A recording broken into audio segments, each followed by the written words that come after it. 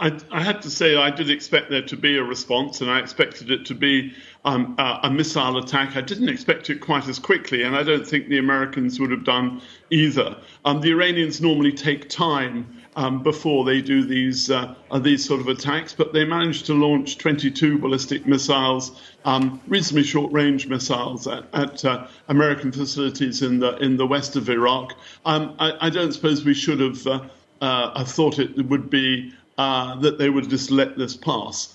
I'd like to think that this is the tit for tat, the eye for an eye, the tooth for a tooth, that they would normally do. They would have assuaged public opinion with this. They would be able to hold their head up high in the world, and very much their proxies in Iraq and Syria and Lebanon would look upon this as being an attack on America and being a good thing. So this might just be the, if you like, the opening stages of some sort of now non-military response.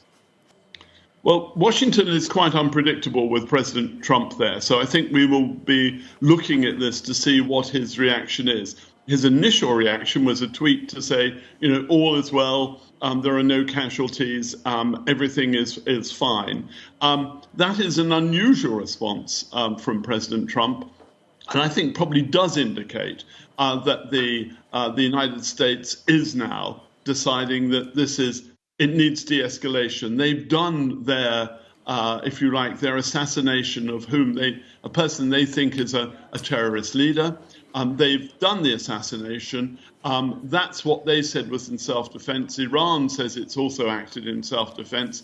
You could see there being a legitimate case now for saying, right, everything is that. Everybody should be satisfied. Honor is satisfied on both sides.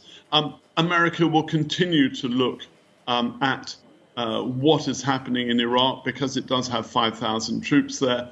It sees that as being an interest. It is there, by the way, with the blessing of the United Nations, and there is no treaty between Iraq and the United States about having troops there. So it's a very complicated diplomatic position.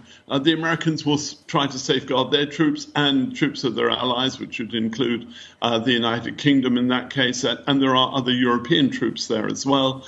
And they will now be trying to open back channels to Tehran to talk this through, because the last thing that they want to happen is for Saudi and Israel perhaps to get involved and there to be a wider escalation of this into some form of regional war.